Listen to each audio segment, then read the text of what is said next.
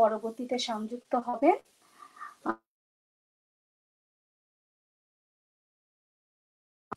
আমি ফারহানা হোসেন সবাইকে জানাচ্ছি শুভেচ্ছা ও অভিনন্দন। আমেরিকান বাংলা সংবাদ মাধ্যমটি সত্য ও ন্যায়ের পথে চলে, দেশ ও গণতন্ত্রের কথা বলে। দর্শক শ্রোতা, আপনারা দেখছেন সিদ্ধার্থদের পরিচালনা এবং ফারহানা হোসেনের উপস্থাপনা আমেরিকা বাংলা আয়োজন কৃতিকা। আজকে আমাদের সাথে দুজন গুণী ব্যক্তিত্ব আছেন, ওনাদের সাথে আমি এখনই আপনাদেরকে পরিচয় করিয়ে দিচ্ছি। আবৃত্তি ও সাংস্কৃতিক ব্যক্তিত্ব মাহমুদা সিদ্দিকা সুমি। ধন্যবাদ আপু। আর আরেকজন আমার সাথে আছেন আবৃত্তি ও নাট্যকার নাট্যকর্মী সাংস্কৃতিক ব্যক্তিত্ব মোস্তাকিজুর রহমান রতন, উনিও বাংলাদেশ থেকে সংযুক্ত হয়েছেন। ধন্যবাদ আপু এবং সবাইকে ধন্যবাদ। আচ্ছা, আমি প্রথমে চলে যাচ্ছি সুমি তোমার কাছে। কেমন আছো তুমি সুমি? ভালো আছি আপু, আলহামদুলিল্লাহ। আমি সবাইকে এখানে আসার পরে একটা প্রশ্ন রাখি আমার নিজের থেকে, যে করোনা কালটা এখনো যায়নি বা চলছে, কেমন ছিল করোনা কাল বা কেমন চলছে করোনা কালে, সবকিছু মিলিয়ে বলো, সাংস্কৃতিক অঙ্গন বা নিজের চলমান জীবন সবকিছু মিলিয়ে। যদিও আমরা জানি যে করোনা একটি ভয়াল রোগের নাম বা একটা আমাদের সবার জন্য একটা বিপজ্জনক একটি ভাইরাসের নাম, কিন্তু এরপরেও করোনা কালটা যতই আমরা অনেক খুব কঠিনভাবে পার করছি, কিন্তু যেহেতু আমরা মানুষ, আমরা চাই সবসময় যুদ্ধ করে বেঁচে আসছি, তো আমরা এই ভাইরাসের বিরুদ্ধে যুদ্ধ করে আসছি এবং আমাদের যুদ্ধের জন্য আমরা কখনো এই করোনাকাল অবস্থাতেই আমরা আমাদের কাজগুলো থেকে পিছিয়ে নেই। আমরা যেমন ক্লাস নিচ্ছি, ক্লাস করছি, তেমনি ভাবে সাংস্কৃতিক অঙ্গনের কথা যদি বলি, আমরা এই অনলাইনের মাধ্যমে আমাদের চর্চাগুলো চালিয়ে যাচ্ছি। এটি একটি যুদ্ধক্ষেত্রই, যুদ্ধের জন্য আমরা আমাদের প্রস্তুতি নিয়ে আমরা যুদ্ধ করছি।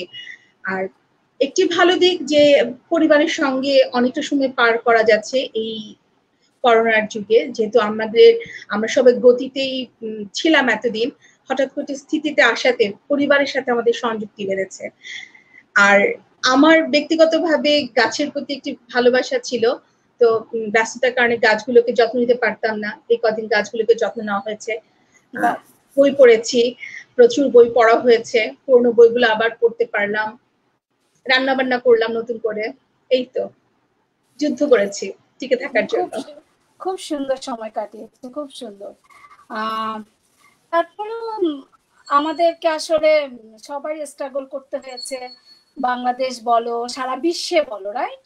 সবার সাথে সবাই কোনো এমন একটা সময় আমরা পার করেছি আমেরিকাতে যে ভীষণ ভীতি ছিল, মনে হচ্ছে যে মৃত্যু হোক, কিন্তু এইরকম মৃত্যু চাই না, কেউ কারো সাথে যেতে পারছি না, কোনো কিছু করতে পারছি না, এটাই আসলে। আমি আমার বেশ খুব কাছের কয়েকজন মানুষকেও হারিয়েছি, তো এরকম একটি সময়ে কারো পাশে যেতে না পারার কষ্টটা খুবই ভয়ঙ্কর। তবুও সময় তো সময়, মেনে নিতেই হবে। আবৃত্তি নিয়ে কিছু প্রশ্ন করি তোমাকে। আবৃত্তি তো আমি জানি অনেক গুণে গুণান্বিত, তুমি খুব গুণী একটা মেয়ে। আবৃত্তি, অভিনয়, উপস্থাপনা, কোন জায়গাটাকে নিজেকে বেশি দেখতে স্বাচ্ছন্দ্য বোধ করো? অভিনয় তো আমরা প্রতিনিয়ত করি, কিন্তু আমার বেশি ভালো লাগে আবৃত্তি। একজন লেখকের লেখা সেটি আমার মধ্যে ধারণ করে সেটি যখন আমি আবার সকলের সামনে উপস্থাপন করি, সেটাও একটা অভিনয়। সুতরাং আবৃত্তিটা ভালো লাগে, আর উপস্থাপনা ভালো লাগে, কারণ একজন মানুষের সাথে কথা বলার যেটা যোগসূত্র হয়, এই সূত্রটা তৈরি করে দেয় উপস্থাপনার একটা পথ। একটু মানুষকে জানা যায় উপস্থাপনার মাধ্যমে, সেই তার সম্পর্কে অনেক কিছু আমরা জানতে পারি। আমার কাছে ভালো লাগে, তবে আবৃত্তিতে বেশি স্বাচ্ছন্দ্য বোধ করি। তাহলে এখন একটা আবৃত্তি হয়ে যায়, তুমি তোমার পছন্দ মতো একটা আবৃত্তি শোনাও, তারপর আমি বলবো আমার পছন্দ মতো তুমি শোনাবে। ঠিক আছে আপু, প্রথমে আমি যেহেতু বাংলাদেশের মানুষ, বাংলার মানুষ, আমার খুব খুব প্রিয় একটি কবিতা আমি পড়বো, জীবনানন্দ দাশের কবিতা। সামনেই জীবনানন্দ দাশের জন্মদিনও আছে, কবিকে শ্রদ্ধা নিবেদন করে আমি পড়ছি। তোমরা যেখানে সাধ চলে যাও, তোমরা যেখানে সাধ চলে যাও, আমি এই বাংলার পারে রয়ে যাব।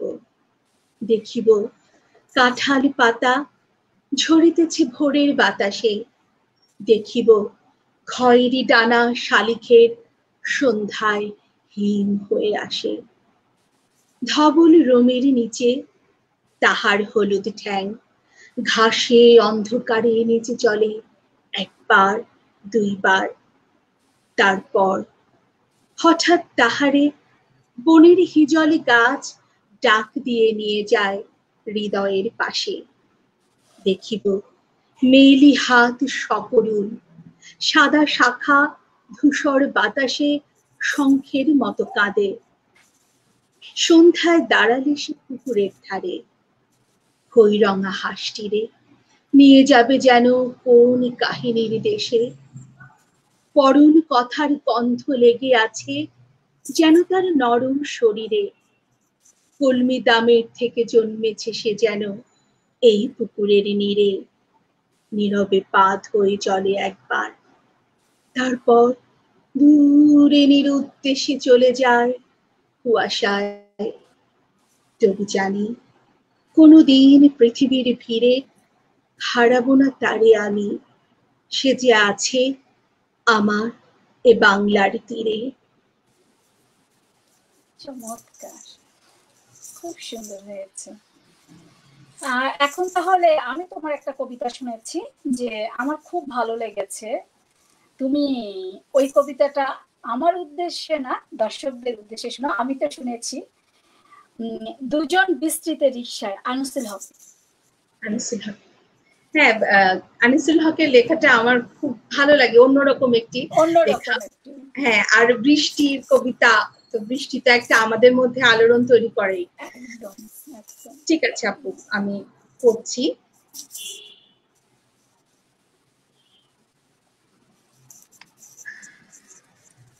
দুজন বৃষ্টিতে রিকশায়, আনিসুল হক। যে আমার পাশে বসে সে আমার হয় না কিছুই, আমি তার কেউ নই, শুধু পৌঁছে দিতে রাজি। পথিমধ্যে বৃষ্টি এলো ষড়যন্ত্র মেঘের কারসাজি। অম্বরে ডম্বর জরু নব মেঘ ভাসালো বিপুল। একি শ্যামমোহনিয়া, ট্রাফিক পুলিশ দুজন ভিজন্ত বাজায় বাঁশি। যানজটে বৃষ্টি ভিজে বুক, হঠাৎই এসেছে বৃষ্টি, রিকশাওয়ালা তুলে দিল হুট। গগনে গরজে মেঘ, বক্ষ জুড়ে গোপন গর্জন। রিকশা যেন ছই নৌকা, জল কেটে চলেছে নায়ক। যে আমার পাশে বসে আমি তার ধরব না হাত, লাল পর্দা অকারণ। শোনিতে সামান্য প্ররোচনা, এ ভরা বাদরে আজ আকাশে হাওয়ার নায়ক। তীর দেখে মনে হলো জানা নাই টুনের কাহিনী, তীরন্দাজ আমি নই, তীর শীর্ষে বৃক্ষের জখম। কেন লেগে আছে দাগ কোনো দিন জানতে চাহিনি। কি আমার পাশে বসে কি তোমার রকম সকম।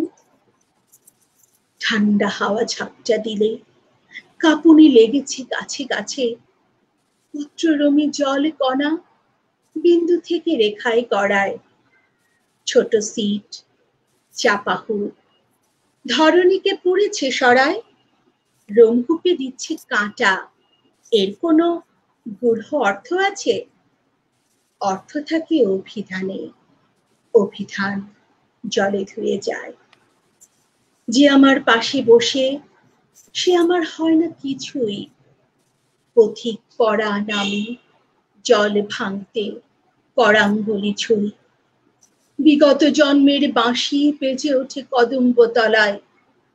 নীলাম্বর খানি সিক্ত জলকে কে গেছে যমুনায়, মুরলী মোহনী সুর ত্রিভুবনে নীল বিষে বিষ, এ বাঁশি কালার হাতে মোহনিয়া ট্রাফিক পুলিশ, হুইসেলে সুতীব্র ফুল, বৃষ্টিতে যানজট ভিজে যায়, যে আমার পাশে বসে সে আমার হয় না কিছুই, চিবুকে জলের দাগ, পথিক পরাণ ছুঁই ছুঁই। বাহ! আমি কবিতাতে ডুবে গিয়েছিলাম, মনে হচ্ছে বৃষ্টি হচ্ছে, আমি যাচ্ছি কোথাও। ধন্যবাদ সুমি, খুব ভালো লাগলো। এখন তো আমি দেশেও মনে হয় বৃষ্টি হয় মাঝে মাঝে, এর ভিতরে আমাদের এখানে খুব বৃষ্টি হয় ঠান্ডার ভিতরে। মানে বৃষ্টির কবিতাগুলো অসাধারণ অসাধারণ, যে ভালো লাগছে। আমি এখন চলে যাব, তোমার কাছে আবার ফিরে আসবো, আমি রতন ভাইয়ের কাছে চলে যাচ্ছি। হ্যাঁ রতন ভাই, কেমন আছেন? এই তো আলহামদুলিল্লাহ ভালো, আপনি কেমন আছেন? আমিও ভালো আছি রতন ভাই। আমার আসলে এখানে যেই আসে আমার একটা প্রশ্ন সবার কাছে থাকে, যেহেতু আমরা একটা খুব খারাপ সময় দিয়ে সবাই পার করছি সারা বিশ্বে, শুধু সারা বিশ্বে একই অবস্থা প্যান্ডামিকের জন্য। তো করোনা কালটা আমি বলবো, কেমন ছিলেন আপনি, কেমন আছেন? সাংস্কৃতিক অঙ্গনটা, আপনি খুব সাংস্কৃতিক ব্যক্তিত্ব একজন মানুষ, আমি জানি, নাটক কবিতা সব নিয়ে আপনার পথ চলা। তারপর আমি বলবো যে করোনা কালে আপনি কেমন আছেন বা কেমন ছিলেন, কেমন যাচ্ছে আপনার দিনকাল? তো করোনাকালীন অবস্থায় প্রথমে শুকরিয়া জানাতে হয় আলহামদুলিল্লাহ, আল্লাহ অনেক ভালো রেখেছেন। মানে আমার মতো অসংখ্য মানুষ হয়তো এখন আমার চোখের সামনে নেই। আপু বলেছেন কিছুক্ষণ আগে, অনেকেই আমরা হারিয়ে ফেলেছি, মাটির ভেতরে রেখে এসেছি। তো যারা জীবিত আছেন তারাও বেডে বিছানায় কাতরাচ্ছেন, এগুলি চোখের সামনে দেখা, এবং খুব বেশি সময় থাকেন না তারা। আর যারা আতঙ্কে থাকেন, বিশেষ করে রুমের মধ্যে বন্দি থাকেন, ঘরের মধ্যে বন্দি আছেন, আমি যেমন ছিলাম, আমারও করোনা পজিটিভ হয়েছিল। তো আল্লাহর রহমত যে আমি সেখান থেকে মানে তেমন কিছুই হয়নি, আল্লাহ হয়তো খাস রহমত ছিল। তা আমি মনে করি করোনা কালটা আমাদের জন্য আহ, আমি বিশাল যুদ্ধ বলবো না, তো এটা কি বলবো, এটা যুদ্ধের চেয়েও বড় কিছু। যে এই মানুষ এত বড় একটা বোঝা সমস্ত কিছু স্তব্ধ করে দিতে পারে, ছোট্ট একটা বিষয়, ছোট্ট একটা জিনিসকে ধরা যায় না, ছোঁয়া যায় না। তো এত শতাব্দীর পর শতাব্দী, যুগের পর যুগ এগুলি চলে আসে। তো তারপরেও আমরা বোধহয় পেরেছি, আমরা বাংলাদেশি যারা ছিলাম এখানে, আমরা চেষ্টা করেছি যে এই জায়গা থেকে বেরিয়ে আসার জন্য। তো আস্তে আস্তে সবাই সচেতন হচ্ছি। আমাদেরকে শিখিয়ে গেল করোনা অনেক কিছু, মানবিকতা, ভালোবাসা, পরিবারের প্রতি মমত্ব বোধ, তারপরে একজনের প্রতি একজনের ভালোবাসা, কে কতটুকু ভালোবাসতে পারে সেটা শিখিয়ে গিয়েছে। মানে শেখার অনেক কিছু ছিল, আবার হারানোর বেদনাও অনেক কিছু ছিল। তো সব মিলিয়ে সাংস্কৃতিক অঙ্গনের অনেক অনেক মেধাবী মুখকে আমরা হারিয়েছি।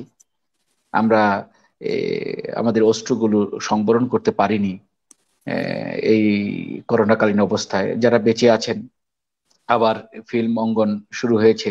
আমরা কবে যে এই জুম থেকে কিংবা এই ফেসবুক লাইভ থেকে আমরা সরাসরি মঞ্চে আসব, টেলিভিশনের সরাসরি পর্দায় আসব, আপনার সাথে সরাসরি কোনো একটা স্টুডিওতে দেখা হবে, সেই প্রত্যাশা করছি। তো খুব সম্ভব দ্রুতই আমরা এগিয়ে আসছি এবং আমরা জয় করে সামনের দিকে এগিয়ে যাব, এটাই আশা করছি।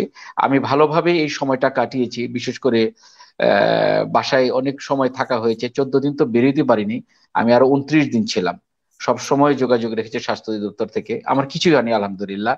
যে আমি খুব শক্ত ছিলাম যেহেতু আপনার কিছু হলো কিনা, তো আমার তেমন কোনো কিছুই হয়নি।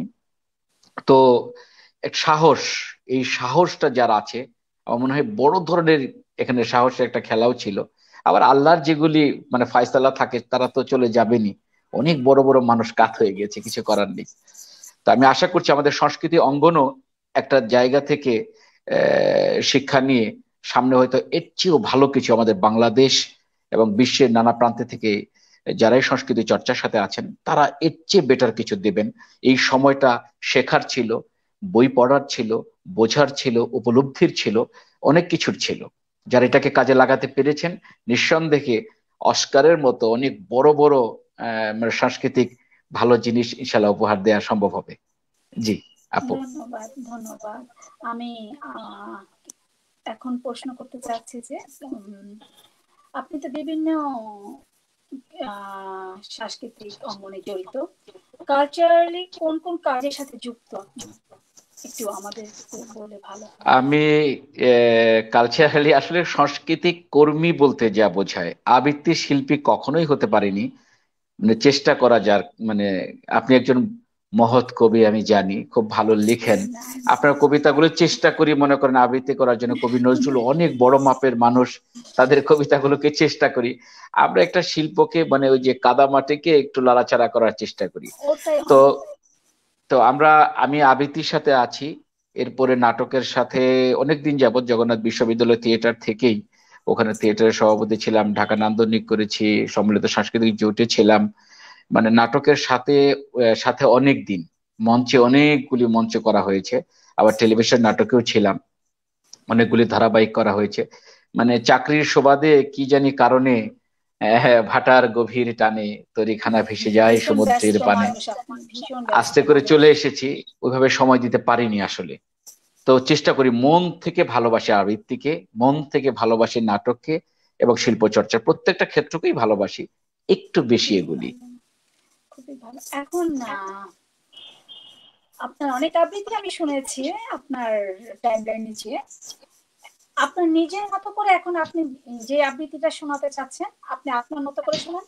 পরবর্তী যেটা আমার যেটা ভালো লাগে বা দর্শকদের উদ্দেশ্যে সেটা আমি রিকোয়েস্ট করবো আপনাকে। এখন আপনি আপনার মতো করে একটা আবৃত্তি আমাকে শোনান। থ্যাংক ইউ ফারহান আপু। আমি ধন্যবাদ। চেষ্টা করছি একটা পরিচয়। আমি একটা কবিতা একটা পত্রিকা থেকে পড়েছিলাম, আমি নাম জানি না, কিন্তু আমার কাছে খুব ভালো লেগেছিল। হয়তো কবি সঙ্গীত। যখন দেখবেন এই কবিতাটা শুনবেন, সে ভালো লাগবে। কবিতাটা এরকম ছিল: যতবার আমি সুখ শব্দটা উচ্চারণ করতে চাই, কিংবা রজনীগন্ধা বলে ডাক দেই, ততবার তোমারই নাম বলে ফেলি। জানালার বাইরে তাকিয়ে যখন বলতে যাই হে চাঁদ, তখন তোমারই নাম বেজে ওঠে আমার কণ্ঠস্বরে। কবিতার কিছু পংক্তি আড়ে আমি শান্তি পেতে চাইলে আমি কেবলই তোমারই নাম আবৃত্তি করতে থাকি। স্বপ্ন, তুমি অকস্মাৎ ফুরিয়ে যাও কেন? এই প্রশ্ন করতে গিয়ে এই নিঝুম রাত্রিতে কথা বলার মতো বারবার জিজ্ঞেস করি, তুমি কেমন আছো? তুমি হীনা দিনগুলো কাটে না মোটেও ভালো, বড্ড একাকী হয়ে পড়েছি মৃতবত। এলোমেলো ফ্লাশ ব্যাক, দুর্লভ স্মৃতি জাগে, দিশেহারা হয়ে খুঁজি মুক্তির পথ।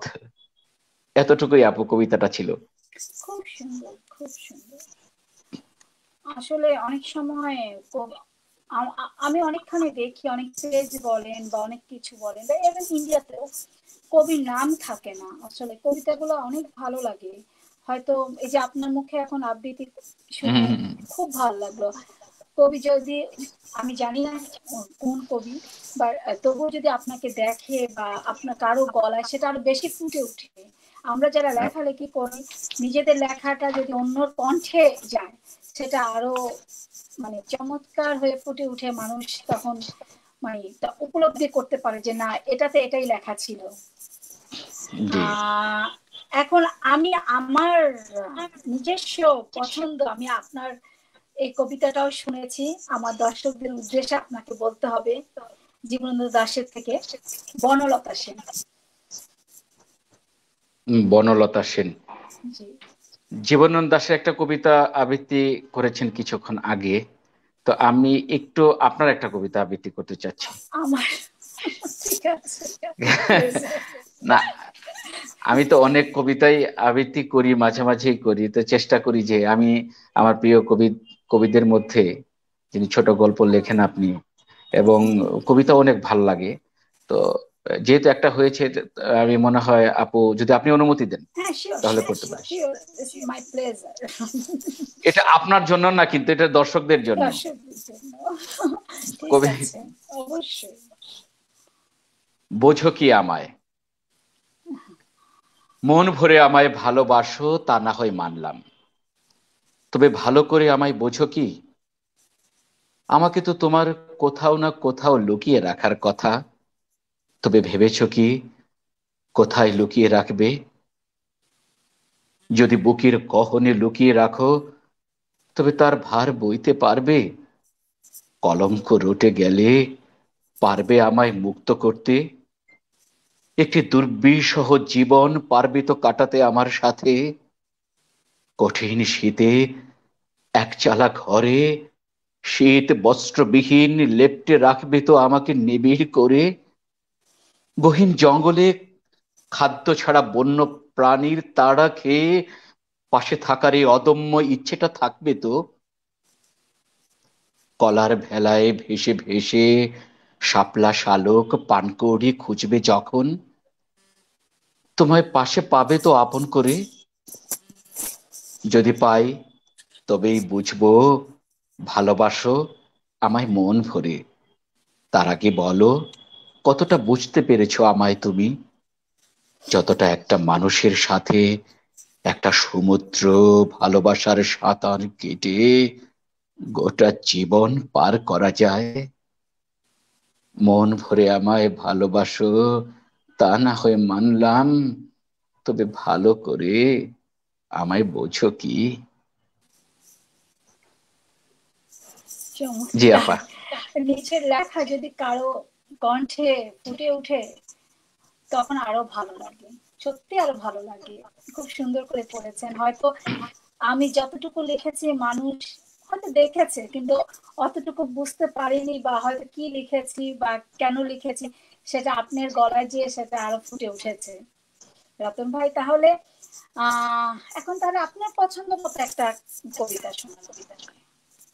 আমি আরেকটা কবিতা আবৃত্তি করছি মেয়েদের নিয়ে। মেয়েদের সাথে তো কবিদের অনেক অনেক বেশি লেখালেখি হয়। স্বাভাবিকভাবেই যার মেয়ে থাকে, কবি যদি কোনো পিতা হন তার একটা মেয়েও থাকে। মেয়েরা সবচাইতে বেশি দামি জিনিস আমি মনে করি আমার দৃষ্টিতে। আহ, পৃথিবীর সবচাইতে ভালো মানুষগুলি হয় মা, ভালো মানুষগুলি হয় বোন, আর ভালো মানুষগুলি প্রেয়সী হয়। তবে তার দিক থেকে কবি আল মাহমুদ একটা কবিতা লিখেছিলেন, আমি কবিতাটাকে এত ভালো লেগেছে, আমি আসলে হয়তো পড়তে পারবো না, তবে চেষ্টা করছি। আমার মেয়ে, কবিতার নাম কবিতার কথা। আমার মেয়ে খাঁচায় একটা ময়না পুষতো, আদরে আবদারে কিভাবে যেন পাখিটার নাম দাঁড়িয়ে গেল কবিতা। বাইরে থেকে কেউ ঘরে এলে কবিতা কবিতা বলে পাখিটাকে তোয়াজ করত। এমনকি আমিও, যে কিনা জন্তু জানোয়ার পোষার ঘোর বিরোধী, মাঝে মধ্যে পাখিটার চকচকে কালো পালক ও হলদে ঝুঁটি দেখে হঠাৎ বলে ফেলেছি, কে রে কবিতা? আমার ডাকে পাখিটা সহসা চমকে গিয়ে থমকে থমকে বলতো, ভালোবাসি, ভালোবাসি।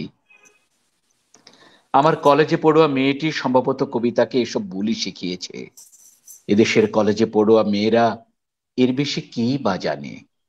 ফলে পাখিটার নিত্য ভাষা হয়ে দাঁড়িয়েছিল ওই ভালোবাসা। সহসা একদিন আমার মেয়েটার বিয়ে হয়ে গেল, ভালোবাসারই বিয়ে। যাওয়ার সময় আমার পায়ে হাত রেখে কাঁদলো, বাবা কবিতাকে খেতে দিও, কবিতা তোমার কাছেই থাকলো। আমি আমি মুখ ফুটে বলতে পারলাম না, এ আপদটা সাথে করেই নিয়ে জানা, কে এটাকে দানা পানি জুগিয়ে বাজে কথা শুনবে? তোর মা থাকলেও না হয় কবিতার যত্ন নিতে পারতো। আমি একা মানুষ, কিন্তু সুখের আশায় রোরুত্তমান আমার কন্যার বেনারসির রঙিন পাহাড়ের কাছে। আর সব বাপের মতোই আমিও নির্বাক থেকে মেয়েকে গাড়িতে তুলে দিলাম। কিছুদিন পরেই শ্বশুর বাড়ি থেকে লিখে পাঠিয়েছে, বাবা, কবিতাকে খাঁচা খুলে উড়িয়ে দিও, সে কি এখনো ভালোবাসি বলে ডাকে। এখানে এসে বুঝেছি তোমার মতো ব্যস্ত মানুষের পক্ষে কবিতার আহার জোগানো কতটা মুশকিল। পাখিটা না খেতে পেয়ে মরার আগে ছেড়ে দিও বাবা, দোহাই তোমার। বুঝলাম বুঝলাম বিয়ের পানি মেয়েটাকে বুদ্ধি শুদ্ধি দিচ্ছে, কিন্তু কবিতাকে বিদেয় করতে গিয়ে আমি তো অবাক। খাঁচা খুলে পাখিটাকে যতই উড়ে যেতে বলি, ততই সে খাঁচার ভেতরে ওড়াওড়ি করে বলে, ভালোবাসি, ভালোবাসি। খাঁচা খোলা রেখে ঘুমোতে যায়, কিন্তু কবিতা পালায় না, তার ওই এক কথা, ভালোবাসি। আমি এখন এ খাঁচার দাসী, কবিতাকে নিয়ে কি করব? জি আপা। খুব সুন্দর, আমার একদম কান্না পেয়ে গেছে কবিতাটা শুনে। এত সুন্দর কবিতাটা আসলে। আমি বলেছি না যে যখন আমরা পড়ি তখন অত আমরা বুঝতে পারি না যে নিজের মনের ফিলিংস বা নিজের কি লুকিয়ে আছে। যখন কারো কণ্ঠে আমরা শুনি তখন মনে হয় যে আসলে তো কবিতাটার ভিতর কি দুঃখ, কষ্ট, আবেগ সবকিছু জড়িত। ধন্যবাদ আপনাকে রতন ভাই। আমি আপনার কাছে আবার ফিরে আসব। আমি এখন চলে যাচ্ছি সুমির কাছে। হ্যাঁ সুমি, তোমার কাছে আবার ফিরে আসলাম। আমি জানি যে তুমি নীলকণ্ঠ নামক ইউটিউব একটি চ্যানেলের সাথে যুক্ত আছো, আবৃত্তি চ্যানেল। তা আমার প্রশ্ন হলো, আমি তোমাকে প্রশ্ন করতে চাচ্ছি যে আবৃত্তি চ্যানেল, ইউটিউব চ্যানেল আবৃত্তি আর মঞ্চে আবৃত্তি দুটার পার্থক্য তুমি কিভাবে দেখো? আর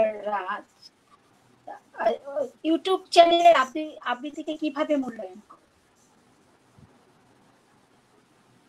আসলে আমি মঞ্চেরই মানুষ। আমি নীলকণ্ঠে যুক্ত হয়েছি কিছুদিন, কিন্তু আমার 95 সাল থেকে আমি মুক্তধারা আবৃত্তি চর্চা কেন্দ্রের সাথে যুক্ত। এটির কাজ মঞ্চে, মাঠে, এরকম একটা অবস্থায়। তো ভালো লাগা, মঞ্চের যে একটা আমরা যখন কাজ করি, একটা কবিতা পড়ি বা একটা পারফরমেন্সে যখন অংশগ্রহণ করি, সেই অনুভূতিটা একদম ভিন্ন। সেখানে আমাদের অনেক কিছুই আমরা করছি, আমরা একদম ইনস্ট্যান্ট করছি, সেখানে পরিবর্তন করবার কোনো সুযোগ নেই। কিন্তু যখন আমরা ইউটিউব ভিত্তিক কোনো একটা চ্যানেলে কাজ করছি, আসলে আমরা কয়েকজন আবৃত্তির বন্ধুরা মিলেই এই চ্যানেলটার কাজ করছি। এখানে যেটি হয় যে আমরা আমাদের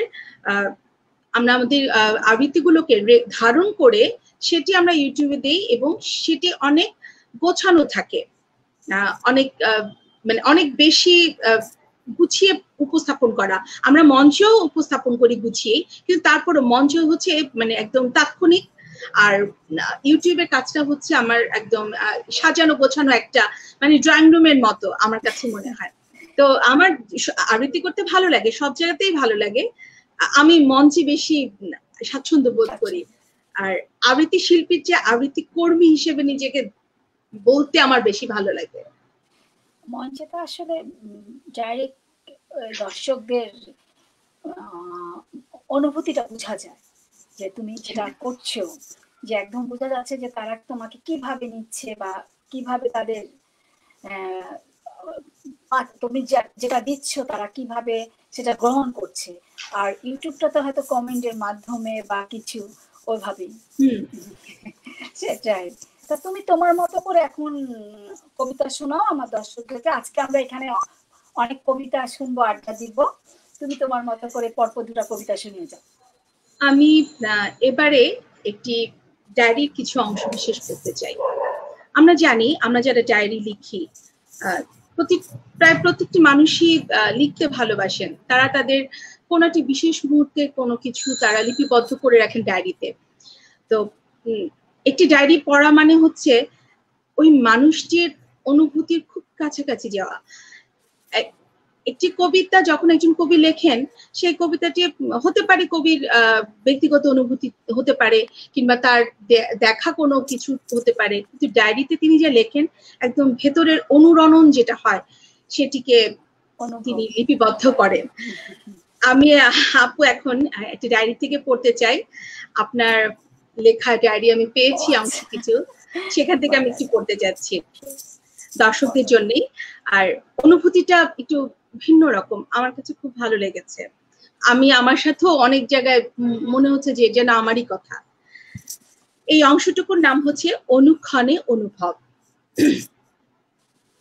আমাদের ছোট ছোট ভুলের জন্য আমাদের প্রিয় মানুষগুলো হারিয়ে যায়। পেছনে ফিরে তাকাই, একটু ভাবি, যাকে আমরা হারিয়ে ফেলেছি সে আমাদের জীবনে কতটুকু গুরুত্বপূর্ণ ছিল। হয়তো হয়তো তার জন্যই মন কেমন করবে সময়ে অসময়ে। তাই আসুন আমরা আবার ভালোবাসা দিয়ে তাদের কাছে টেনে নেই, ভুলগুলো শুধরে দেই এবং নেই। মানব চরিত্রের একটা বিশেষ দিক হলো মানুষ তার নিজের ভুলগুলো সহজে দেখতে পায় না, শুধু নিজেকে জাহির করে কিছু কটু কথা শুনিয়ে।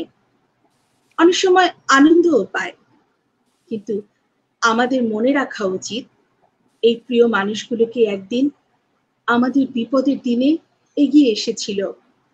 কখনোই অকৃতজ্ঞ হওয়া উচিত নয়, কারণ মানুষের সবচেয়ে বড় গুণ হলো তার নিজের ভুল বুঝতে পারা, বিবেকের আদালতে নিজেই নিজের বিচার করা, কাউকে ক্ষমা করে দেয়া এবং ক্ষমা চেয়ে নেওয়া, এটা মস্ত বড় একটা গুণ। আর এই বিবেক বোধ যার মধ্যে আছে সে অনেক বড়, অনেক মহৎ। অনেক সময় দেখা যায় ছোট ছোট ভুলগুলোই একটু ভুলের কারণে বিশাল আকার ধারণ করে, মানুষের বিশ্বাস, প্রত্যাশা, আশা নষ্ট করে দেয়। তারপরেও আমাদের উচিত সবাইকে কাছে টেনে আরেকবার সুযোগ দেওয়া। তবে সে একই ভুল যদি সে বারবার করে তাহলে বৃথা চেষ্টা করে লাভ নেই, তাকে তার মতোই থাকতে দেওয়া উচিত এবং বোঝা উচিত তার ভেতরে বিবেক জাগ্রত হয়নি বা হবেও না। অনেকে নিজের সিদ্ধান্তে অনড় থাকে, ভুল স্বীকার করে না, নিজের মনের অপূর্ণতাকে প্রকাশ করে নিজের মনের পূর্ণতার জন্য, কিন্তু এটা বোঝে না যে তার পূর্ণতার মাঝে আরেকজনের অপূর্ণতা, শূন্যতা অনুভব করছে। আপন মানুষকে কোনো সুযোগ না দিয়ে নিজে ঊর্ধ্বশ্বাসে এগিয়ে চলছে। এই স্বার্থপরতা সবসময় কল্যাণ আনে না, মনুষ্যত্বের উপকারও আসে না। তাই সত্যি সে যদি আপনার প্রিয় কোনো ব্যক্তি হয় তাহলে তাকে ভুলগুলো শুধরিয়ে বুঝিয়ে দিন, আরেকবার সুযোগ দিন। কে জানে হয়তো এই ছোট্ট উদ্যোগে জীবন বদলে দেওয়া কোনো বড় সৃষ্টি বা উদ্যোগের জন্ম দিতে পারে নতুন স্বপ্নের, নতুন পৃথিবীর। বাহ, চমৎকার করে তুমি পাঠ করলে। আমি হয়তো লেখাটা খুব চমৎকার ছিল। জাস্ট মনের গহীন থেকে, আমার যে পড়ার ডায়েরি গুলা শুনি সব মনের গহীন থেকে লেখা, যে একটা অনুভূতি, যে তুমি একটু আগে যেটা বললে যে যেটা লেখা হয় সেটা কিন্তু কিছুটা বাস্তব, ওটাই লেখে সবাই, যে ডায়েরিতে তুমি সেটা পড়লে দেখে ভালো লাগলো। আরো আমার সবচেয়ে ভালো লেগেছে আপু আপনার এই লেখাটার যে অংশটা আমাকে টেনেছে, ঠিক ওই লাইনটা আমি আরেকবার বলতে চাই, যে পূর্ণতার মাঝে আরেকজনের অপূর্ণতা, শূন্যতা অনুভব করছে। আপু এই কথাটির অর্থ অনেক অনেক বড়, হৃদয় দিয়ে অনুধাবন করবার মতো, মগজ দিয়ে অনুধাবন করবার মতো। আমার ভীষণ ভালো লেগেছিল এই লাইনটি।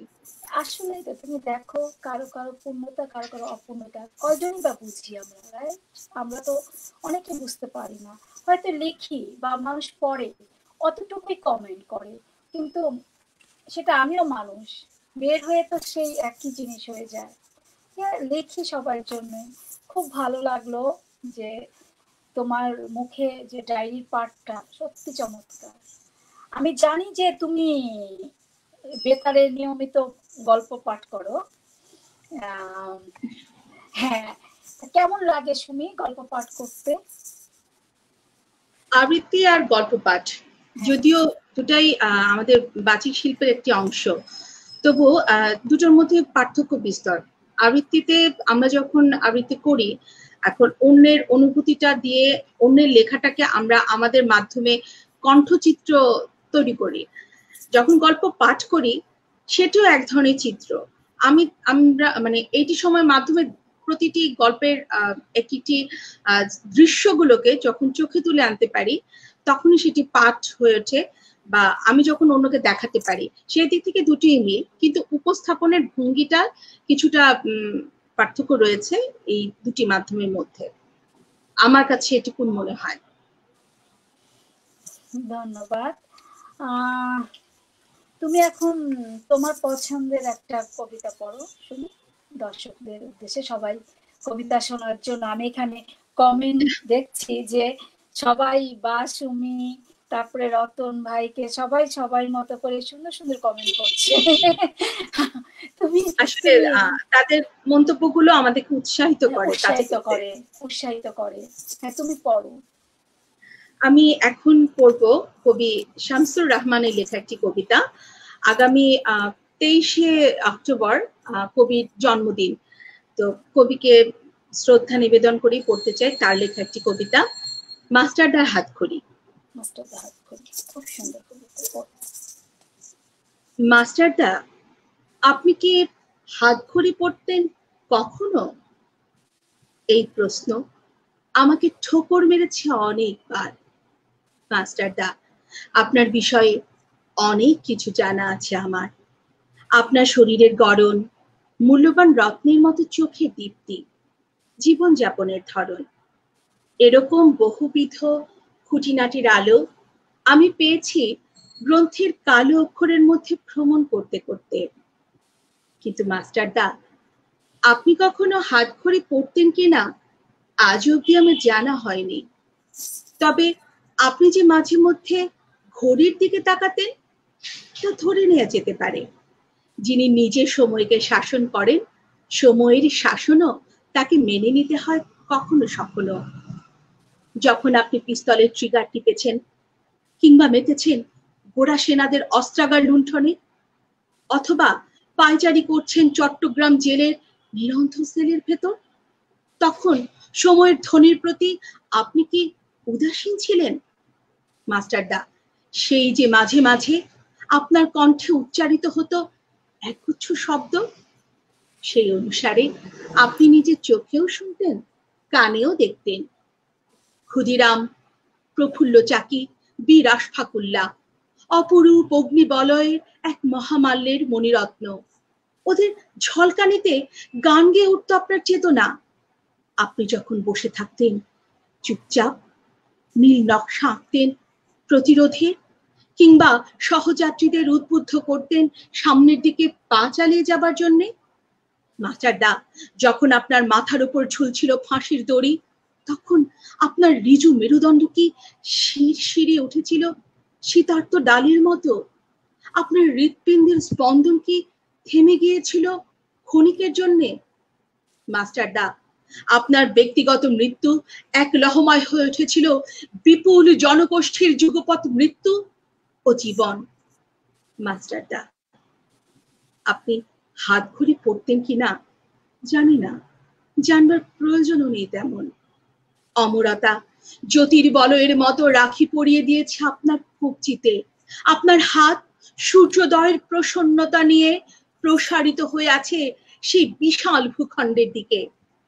ভাবিকাল যার ডাক নাম, এবং একটি অলৌকিক হাতখড়ি যা আপনি হয়তো পড়েননি, অথচ আপনারই নামাঙ্কিত, ক্রমাগত বেজে চলেছে আমাদের হৃৎপিণ্ডের অনন্তের রৌদ্র নিঃসীম ঝালরে। খুব সুন্দর, খুব সুন্দর। শামসুর রহমান এমনি আমার খুব প্রিয় কবি, আর তোমার কণ্ঠে তো সেটা আরোই খুব সুন্দর করে ফুটে উঠেছে। এখন কোন কবিতাটা যাবে বলো তুমি? এখন একটা প্রেমের কবিতা পড়ি। হ্যাঁ আমার খুব প্রিয় একটি কবিতা, কবি নির্মলেন্দু গুণের একটি কবিতা পড়ছি, সেই প্রজাপতি। ফুলের মতো দেয়ালটাতে একটি প্রজাপতি দুঃসাহসী বসলো এসে আলোর মুখোমুখি। চিত্রিত নয়, কালো রঙের পাখনা দুটি মেলে। এবার বুঝি এলে। দেয়াল জুড়ে লাগলো তার ঘরে ফেরার কাঁপন। প্রাণের মাঝে ফিরল বুঝি চিরকালের আপন। ভালোবাসার অর্ঘ্য দিয়ে মৃত্যুখানি কেনা। শেষ করেছি প্রথম দিনে, হয়নি শুধু চেনা। চোখের পাশের দেয়ালটাতে বসলি তুমি যে, হঠাৎ চেনা পাখার রেণু আঙুল ভরে নেই। এমন করে পরের ঘরের দেয়ালে কেউ বসে, হঠাৎ যদি ভালোবাসার কলেজ তারা খসে। আলিঙ্গনে বন্দি করে প্রতীক বাহু পাশে, হঠাৎ যদি এই আমাকে অন্য ভালোবাসে। রূপান্তরে পূর্বী তোর ক্লান্ত দুটি ডানা, চিত্রিত নয় কালো রঙের পৃথিবী একটানা। আমি কেবল দেখি ভালোবাসার দেয়াল জুড়ে একটি প্রজাপতি। চমৎকার, খুব মানে ভালো লাগলো যে ভালোবাসার দেয়াল জুড়ে একটি প্রজাপতি, লাস্ট লাইনটা খুব সুন্দর, খুব সুন্দর। আমি শুনি তোমার কাছে আবার ফিরে আসবো, আমি রতন ভাইয়ের কাছে আবার যাচ্ছি। দর্শক মন্ডলী, এখানে আমি দেখতে পাচ্ছি যে অনেকে কমেন্ট করছে যে রতন ভাইয়ের কবিতা মিস করলাম। না, তোমরা একটু মিস করোনি আমার দর্শকরা, যে আপনারা দেখবেন এখন আমি রতন ভাইয়ের কাছে যাচ্ছি, যে আরো অনেক অনেক আমরা আড্ডা দেবো, অনেক কবিতা শুনবো রতন ভাইয়ের কণ্ঠে, সুমির কণ্ঠে। আশা করি আপনারা পাশেই থাকবেন, অনুষ্ঠানটা উপভোগ করুন। রতন ভাইয়ের কাছে এখন চলে যাচ্ছি। হ্যাঁ রতন ভাই, আবার ফিরে আসলাম আপনার কাছে। সবাই বলছে যে রতন ভাই কবিতাও মিস করছে, হয়তো অনেকে দেখেনি প্রথম থেকে। শুধু আমার কবিতা না আপু, এটা হচ্ছে আপনার উপস্থাপনা অনেকে মিস করছে, অনেকেই খুব মজা পাচ্ছে আপনার উপস্থাপনা, অনেক সুন্দর হচ্ছে। সত্যি আমি মুগ্ধ, অন্যকে আমি শিল্পী হিসেবে মুগ্ধ। তো ধন্যবাদ সবাইকে, ধন্যবাদ যারা কষ্ট করে দেখছেন। আসলে তারা তো শ্রোতা, আমাদের সম্মানিত দর্শক, তাদেরকে অবশ্যই ধন্যবাদ দিচ্ছি আমরা। যারা দেখছেন, কষ্ট করে দেখছেন বিশেষ করে, তো দেশে প্রবাসে যে জায়গা থেকে হোক, আমরা ধন্যবাদ আপুর পক্ষ থেকে ধন্যবাদ জানাচ্ছি। তো আমি কবিতায় যাব আপু। না, আমি একটু প্রশ্ন করি আগে আপনাকে। কিছু লেখালেখি হয় আমি জানি, কি ধরনের লেখা লিখতে পছন্দ করেন? কোন ধরনের আবৃত্তি, মানে কবিতা বা প্রবন্ধ বা আপনি মনে নাটকও লিখেন আমি যতটুকু জানি, নাট্যকার? জি জি, না না ওরকম না, লিখি। আমি দর্শকদের উদ্দেশ্যে বলছি, আসলে নিজের কথাই লেখালেখির বিষয়টা তো একটু গোপনেই থাকা ভালো, মানে ওই নামগুলি থাকে এরকম। তো আমি চেষ্টা করছি কিছু লেখালেখি করার জন্য, নাটকটা বেশি লিখি। মানে একটা ফুল দেখলে সাধারণ মানুষ যেভাবে গোলাপ ফুল দেখে কিংবা অন্য ফুল দেখে স্বাভাবিক ফুল দেখে চলে যাবে সে, বা গন্ধ শুকে চলে যাবে, কিন্তু একজন কবি বা একজন অভিনেতা বা একজন শিল্পী যিনি এগুলি নিয়েই কাজ করেন, আসলে তার দেখাটা একটু ভিন্ন হবে, তার কাজগুলি একটু অন্য ছুঁয়ে যাবে। তো স্বাভাবিকভাবে আমাদের দৃষ্টি, মানে আমাদের দেখাটা একটু ভিন্ন হবে, একটু মানে যারা অভিনয় করি কিংবা আবৃত্তির সাথে জড়িত, একটু সবাই যেভাবে কবিতা বলে মানে পাঠ করে সেভাবে হয়তো করি না, একটু উল্টা করে করি। মানে উল্টা না, একটু চেষ্টা করি অন্যভাবে বোঝানোর জন্য, কবি যেভাবে বোঝাতে চেয়েছেন ঠিক তদ্রুপ। আমি লিখি হচ্ছে কিছু গল্প, ছোট ছোট গল্প বেশিরভাগ লেখা হচ্ছে। ওই লেখা থেকেই আমি মূলত নাটক বানানোর জন্য গল্পগুলি লিখি। কোন একটা গল্প, এরকম অনেকগুলি গল্প লেখা আছে আমার, কিন্তু কখনোই আমি কোথাও ছাপতে দেইনি, ওগুলি নাটক বানিয়ে ফেলি। এই হচ্ছে বিষয়। আপনার লেখা নাটকে থেকে কি 2 লাইন বা 4 লাইন আমার দর্শকদের উদ্দেশ্যে একটু শোনাবেন? সেটা আমাদের বড় পাওয়া হবে।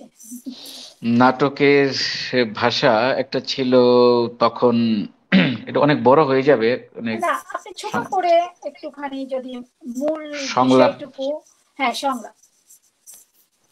সমবেত সুধী মণ্ডলী, মানে আমি নাটকের সংলাপটা দিই। আজকের এই নাটকে আপনাদের স্বাগত জানাচ্ছি। অনেক দূর দূর থেকে অনেক কষ্ট করে আপনারা আমাদের এই নাটক দেখতে এসেছেন। আপনাদের প্রত্যাশা অনেক, হাসির নাটক দেখবেন, মজার নাটক দেখবেন, আনন্দের নাটক দেখবেন। নাটক দেখে হাসবেন, মজা পাবেন, আনন্দ করবেন, খুশি খুশি মনে বাড়ি ফিরে যাবেন, খিদে বাড়বে, পেট পুরে খাবেন, খেলে ঘুম ভালো হবে, আর ঘুম ভালো হলে মেজাজ মর্জিও ভালো থাকবে। নাটক তো সেরকমই হওয়া উচিত ছিল সুধী মণ্ডলী। সুধী মণ্ডলী, কত রকম ভালো ভালো নাটকই তো আপনারা দেখেছেন, কত বাহারি তাদের নাম, কত রং ঢঙে উপস্থাপনা, classic, neo classic, realistic, surrealistic, symbolic, অ্যাপিট, কমেডি, মোরালিটি, প্রেক্সড, কাব্য নাটক কত কি। কিন্তু এই নাটক কি কখনো দেখেছেন সুধী মণ্ডলী? আপনারা প্রমিথিউস ট্র্যাজেডিতে বন্দি প্রমিথিউসের মর্মান্তিক আর্তনাদ শুনেছেন, লাউকুনের ট্র্যাজেডিতে নাগপাশে বন্দি লাউকুনের অসহ্য যন্ত্রণার মর্মান্তিকের রূপ দেখেছেন। ইতিপাস নাটকে অভিশপ্ত ধরা যে ইতিপাসের দুঃখ দুর্দশা আর মর্মাভেদী কাতর বিলাপের দৃশ্য অবলোকন করে কেঁদেছেন। এটুকু থাক, আমি একটু পর্যন্ত বললাম, খুব ভালো লাগলো। কারণ আর কবিতা থেকে অন্য জায়গায় চলে যাওয়া হবে। এটাও তো একটা সাংস্কৃতিক, যেহেতু আপনি সাংস্কৃতিক ব্যক্তিত্ব, আমি এই জন্য আপনাকে বলেছি যে হয়তো আমি জানি, আমার দর্শক হয়তো জানে না যে আপনি নাটক লেখেন বা নাটক করেন। আমার দর্শকদের জন্য উদ্দেশ্য বলা। এখন আপনি আমার সেই প্রিয় কবিতাটা বনলতা সেন শুনতে চাই, প্রিয় কবি জীবনানন্দ দাশের। জীবনানন্দ দাশের হাজার বছর ধরে আমি পথ হাঁটিতেছি পৃথিবীর পথে, সিংহল সমুদ্র থেকে নিশীথের অন্ধকার মালয় সাগরে। অনেক ঘুরেছি আমি বিম্বিসার অশোকের ধূসর জগতে, সেখানে ছিলাম আমি আরো দূর অন্ধকারে বিদর্ভ নগরে। আমি ক্লান্ত প্রাণ এক, চারিদিকে জীবনের সমুদ্র সফেন, আমারে দুদণ্ড শান্তি দিয়েছিল নাটোরের বনলতা সেন। চুল তার কবেকার অন্ধকার বিদিশার নিশা, মুখ তার শ্রাবস্ত্রীর কারুকার্য, অতি দূর সমুদ্রের পর। হাল ভেঙে যে নাবিক হারাইয়েছে দিশা, সবুজ ঘাসের দেশ যখন সে চোখে দেখে দারুচিনি দ্বীপের ভেতর, তেমনি দেখেছে তারে অন্ধকারে।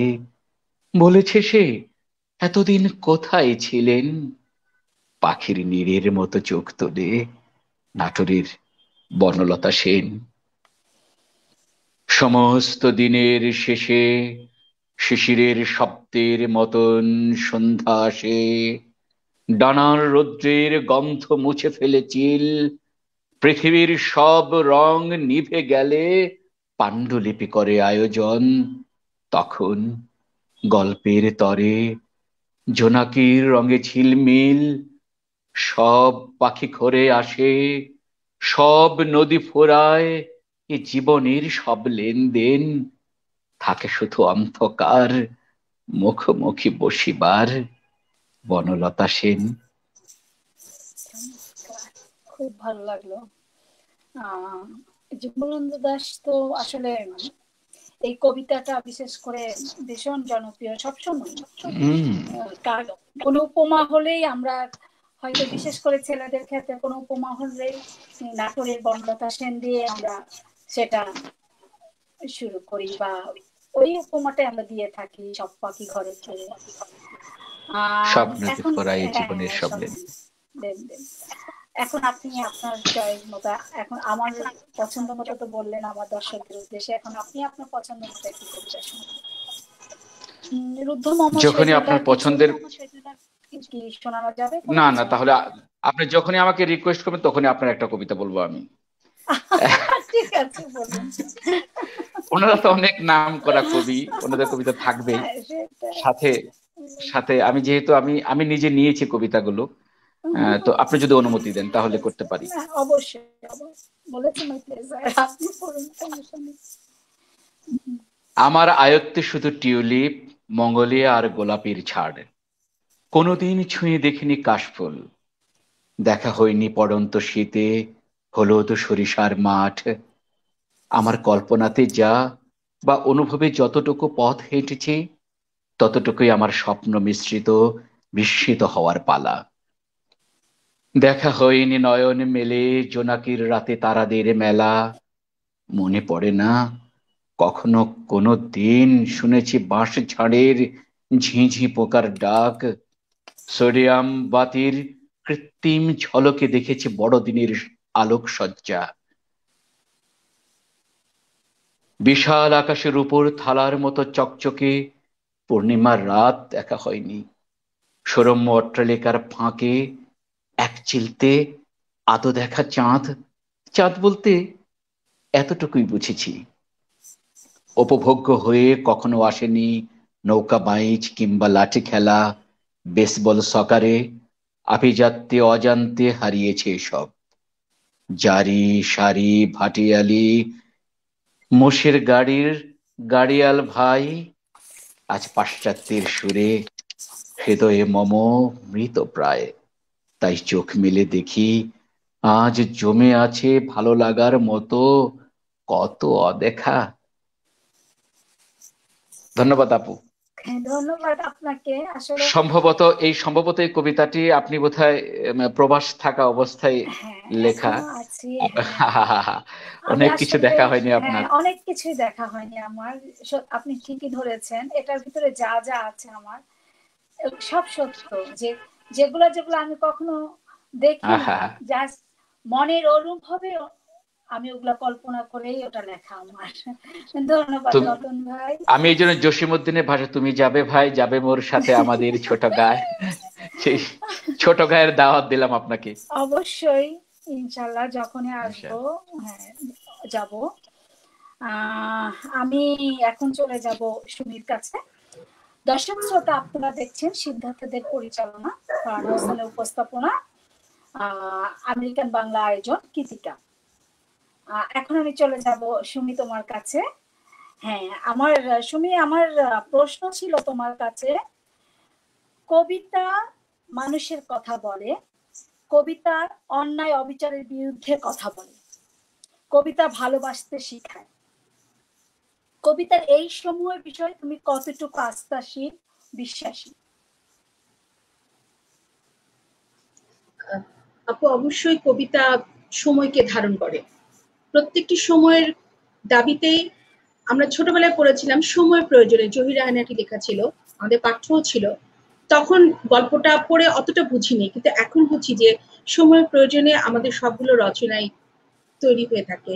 কবিরা সেটি লিখে রাখেন পরবর্তী প্রজন্মের জন্য, পরবর্তী সময়ের জন্য, এবং প্রতিবাদটা আমরা করতে পারি আবৃত্তির মাধ্যমে, গানের মাধ্যমে, নাটকের মাধ্যমে। ভালোবাসতে পারি, সবাইকে ভালোবাসা দিতে পারি, সেই লেখাটুকু নিতেও পারি। নিজেও পারি। এই জন্যই বলেছি যে কতটুকু আস্থাশীল বা বিশ্বাসী, সেটা আমিও। যে আমারও মনে হয় যে কবিতার মাধ্যমেই কবিতা মানুষের কথা বলে। আমার কালকে কেন জানি মনে হলো যে আমি হয়তো লিখি, কিন্তু একজন আবৃত্তিকার তার অনুভূতি কি সেটা আমি জানতে চাই। খুব সুন্দর করে বলেছ। যে এখন তুমি তাহলে কি কবিতা শোনাবে? তুমি তোমার পছন্দ মতো কবিতা শোনাও। প্রতিবাদের কথাই যখন আসলো, আমি একটু প্রতিবাদী একটি কবিতা পড়তে চাই। যেহেতু বর্তমান সময়ে বাংলাদেশে একটি বিষয় নিয়ে আমরা খুব প্রতিবাদ করছি, মিছিলে নেমেছি, পথে এসে দাঁড়িয়েছি, নির্যাতনের বিরুদ্ধে মানুষকে সোচ্চার হতে বলছি। তো সেই বিষয়কে কেন্দ্র করে লেখা একটি আছে, কবি সৈয়দ শামসুল হকের লেখা দাঁড়িয়ে থাকা মানুষের গান। আমি সেটি করছি।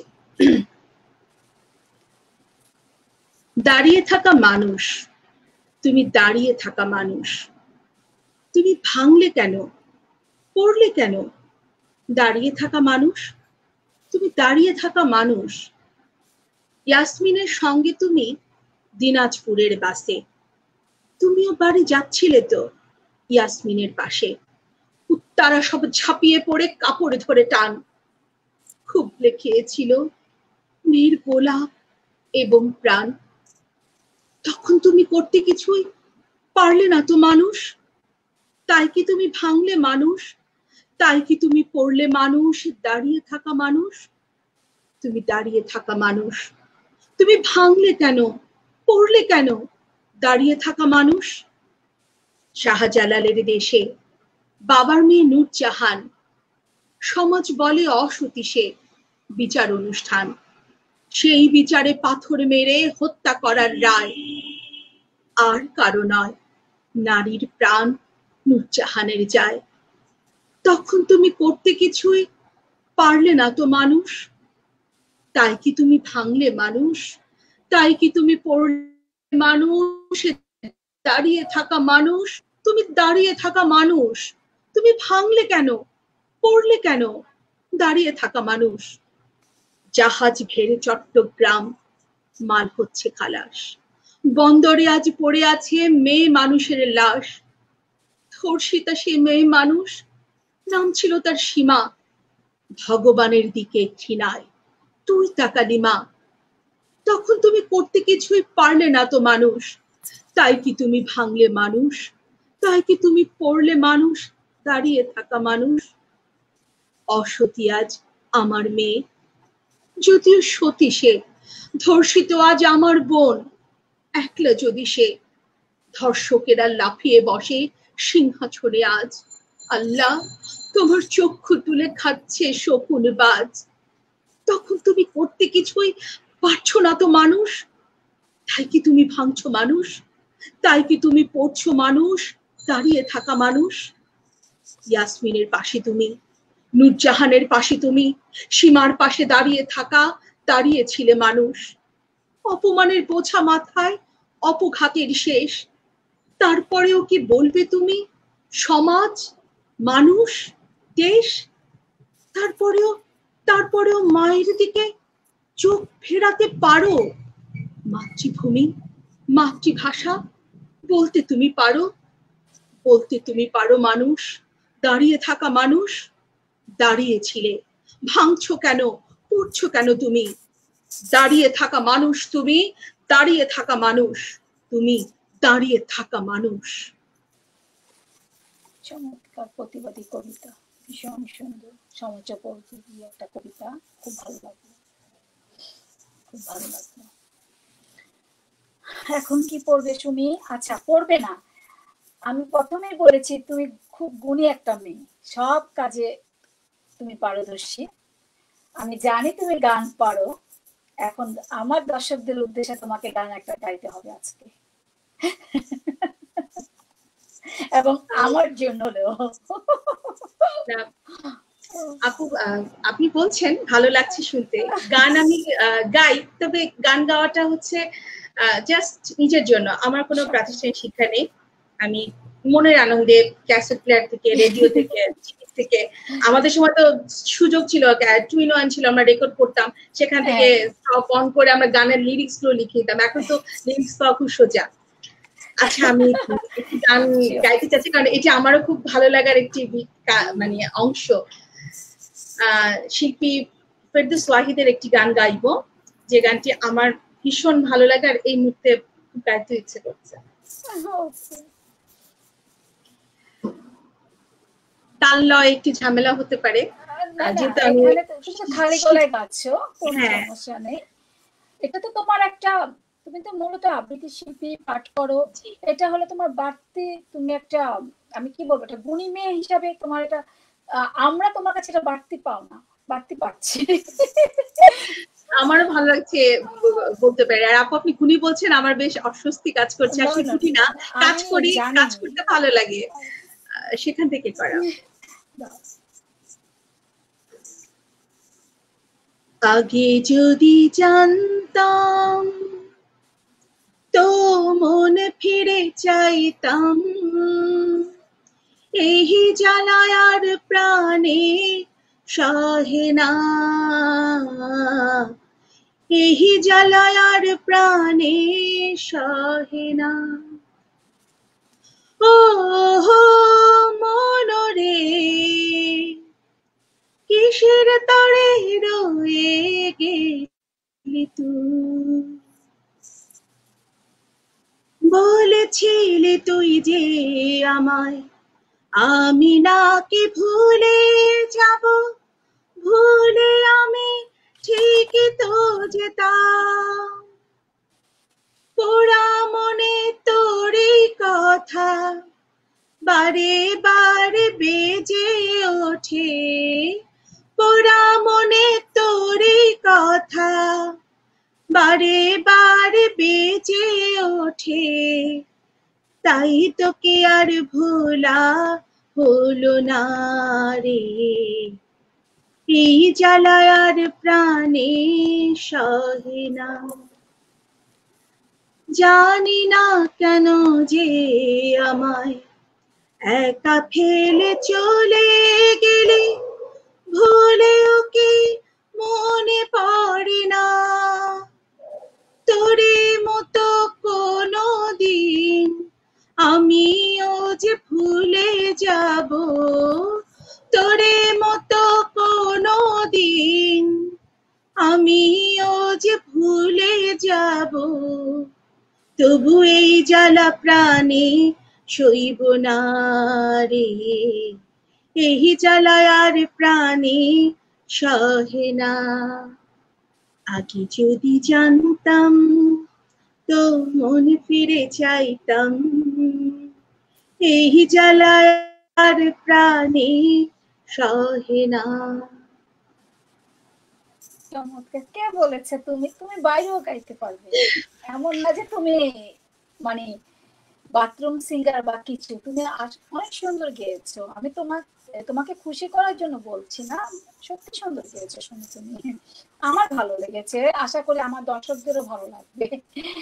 এখন কবিতাতে চলে যাই আমরা। তোমার পছন্দ মতো একটা কবিতা পড়ো, আবৃত্তি করে শোনো। হ্যাঁ, এই কবিতাটি আমার খুব প্রিয় একটি কবিতা। আমি যখন 95 সনে প্রথম আবৃত্তির, আগেও আমি ছোটবেলায় আবৃত্তি করেছি স্কুল কলেজে, কিন্তু সংগঠনের মাধ্যমে যখন প্রথম ঢুকি এই কবিতাটি আমি তখন করেছিলাম। তো তখন থেকে এই কবিতাটি আমি করি। আবুল হাসানের লেখা একটি কবিতা, নিঃসঙ্গতা। অতটুকু চাইনি বালিকা, অত শোভা, অত স্বাধীনতা, চেয়েছিল আরো কিছু কম। আয়নার দাঁড়ে দেহ মেলে দিয়ে বসে থাকা শব্দটুকু, চেয়েছিল মা বকুক, বাবা তার বেদনা দেখুক। অতটুকু চাইনি বালিকা, অত হৈরৈ লোক, অত ভিড়, অত সমাগম, চেয়েছিল আরো কিছু কম। একটি জলের খনি, তাকে দিয়ে তৃষ্ণায় খুনি, চেয়েছিল একটি পুরুষ, তাকে বলুক রমণী। ধন্যবাদ আপু। ধন্যবাদ। আমার খুব ভালো লাগে। আমি এই কবিতাটা সম্ভবত আমার ফার্স্ট বই ছিল 25শে এপ্রিল, ওখানে একটা গল্পের ভিতরে আমি 4টা লাইন ইউজ করেছিলাম। অনেকে বলেছিল যে এই গল্পটার সাথে এই 4টা লাইন বেশ মানিয়েছে। আমার খুব খুব প্রিয় এই 4টা লাইন। এতটুকু চাই না। 4টা লাইন কোন 4টা লাইন? মা বকু, বাবা বকু, মানে ওই তুমি আবার পড়ো, আমি বলে দিব। আয়নার দাঁড়ে দেহ মেলে দিয়ে বসে থাকা সবটুকু। প্রত্যেকটা মেয়ে সম্ভবত এই সময়টা পার করে, এই সময়টা পার করে। এই জন্যই আসলে ওই 4টা লাইন আমার একদম হৃদয় ছুঁয়ে যায়, যে কারণেই আমি আসলে ওই 4টা লাইন ইউজ করেছিলাম আর আমার ওই গল্পের ভিতরে। খুব সুযোগ পেলে আপু পড়বো গল্পটা। হ্যাঁ, যদি শিওর আছে, আমি তোমাকে বলে দিব কোথায় পাওয়া যাবে, অনুষ্ঠান পরে আমি বলে দিব। সুমি, আমি এখন চলে যাচ্ছি মোস্তফিজুর রহমান কাছে। দর্শক শ্রোতা, আপনারা দেখছেন সিদ্ধার্থদের পরিচালনা, ফারহানা হোসেনের উপস্থাপনা, আমেরিকান বাংলা আয়োজন কৃতিকা। রতন ভাই, উক্তিবাচিক উৎকর্ষ আবৃত্তি সংগঠনে আপনি সভাপতি, আমি জানি, ওখানকার কার্যক্রমটা যদি আমাদেরকে বলতেন। আমি আবৃত্তি চর্চা অনেক আগে থেকেই, মানে ছোট থেকেই ইচ্ছা ছিল। আমার আম্মু বেশি পছন্দ করতো কবিতাকে, এটা ছিল তারা মায়ের শখ আসলে। এরকম মা আসলে সত্যি মায়ের প্রতি কৃতজ্ঞ। সেখান থেকে মানে কোলে করে নিয়ে তখন বুঝতাম না কিছুই। তিনিও ভালো আবৃত্তি, পাকিস্তানের সময় সে আবৃত্তি করতো। উনি বেঁচে আছেন? হ্যাঁ, উনি এখনো বেঁচে আছেন। আপনার আবৃত্তি নিশ্চয়ই খুব শুনি। হ্যাঁ, মানে এখন শুনতেছেন কিনা জানি না, তো আমি আচ্ছা, পরে ওয়াচ ভালো মতো আমি এটা পাঠিয়ে দেখাই, দিবেন ভিডিওটা। দেখিয়ে দেবো এটা। হ্যাঁ, তো সেখান থেকে আবৃত্তির সাথে সংগঠনের সাথে যুক্ত থাকতাম। তো তারপর নিজে একটি আবৃত্তি সংগঠন করার চেষ্টা করলাম, মুক্তি বাচিক উৎকর্ষের। ছোটদেরকে শেখানো হয় বেশি আসলে, মানে উচ্চারণগত যে আমার সমস্যাটা, আমার কিন্তু অনেক উচ্চারণ ভুল হয়ে যায়। তা আমাকে রবিশঙ্কর মৈত্রী, তারপরে বড় বড় কি শিল্পকলা একাডেমির আবৃত্তিকার ছিল, উনি খুব ভালো। তো তিনি আমাকে, শফি কামাল সাহেব বললো যে মুস্তাকিজ তুমি এই কাজ করো, এই তোমার উচ্চারণটা ঠিক করো। আসলে বিষয়টা ছোটবেলা থেকে যদি আহ, শব্দের প্রতি, অক্ষরের প্রতি, কিংবা ভাষার প্রতি যদি সঠিকভাবে যত্ন না নেওয়া যায়, তখন কিন্তু বড় হলে এই সমস্যাটা থেকেই যায়। আমারও সেরকমই ছিল, কিন্তু আমাকে কেন জানি ওরা নাম্বার বেশি দিত। ফলে আমি জাতীয় পর্যায়ের কয়েকবারে আমি পুরস্কৃত হয়েছি, আমি খালেদা জানি জিয়ার আপনি কাছ থেকে পুরস্কার নিয়েছি। হ্যাঁ, স্বর্ণ পদকও পেয়েছেন আপনি। হ্যাঁ, হ্যাঁ, আমি সে আমি জানি। আমাদের মাননীয় প্রধানমন্ত্রীও দিয়েছেন। খুব গুণী একজন মানুষ আপনি, সব না, জায়গায় ও তো সফল। গণি না, কেমনে কেমনে তিনি দিয়ে দিচ্ছেন এটা আসলে না না না না, অবশ্যই ওটা বলতে এতগুলো পারবো মানুষ না। নিশ্চয়ই কেমনে কেমনে দেয়নি। আপনি প্রেজেন্ট করেছেন ওনাদের কাছে সুন্দর কিছু, এই জন্যই আপনাকে দেওয়া হয়েছে স্বর্ণ স্বর্ণপদক। স্বর্ণপদক কিন্তু চারটিখানি কথা না, এটা মানে আপনি পেয়েছেন জাতীয় ভাবে। ওটা ওটা আসলে জাতীয়ভাবে, জি জি। সবার, হ্যাঁ, ওটা সবার পক্ষে, আপনি যতই বলেন কেমনে কেমনে দিয়ে দিয়েছে, না ওটা আপনি বললে আমি মানবো না। আমারও খুব ইচ্ছে করছে আপনার ওখানে ভর্তি হতে, আমার নিজেরা খুব আবৃত্তি শেখার শখ।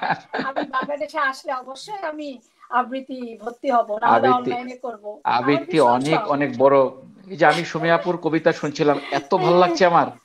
ওনার মানে সত্যি অসাধারণ, অনেক সুন্দর কবিতা অনেক উনি কমেন্ট বলছেন। আসছে আপনাদেরকে নিয়ে, যে হ্যাঁ, রতন ভাইয়ের কবিতা, সুমির কবিতা খুব না না, ভালো লাগছে। সুমিয়াপুর কবিতা ভালো লেগেছে আমার কাছে, উনিও খুব এটাই ভালো। তো, এটাই তো সবচেয়ে বড় গুণ আমাদের, যে একজন আবৃত্তিকার আরেকজন আবৃত্তিকারের সুনাম, যেটা প্রশংসা।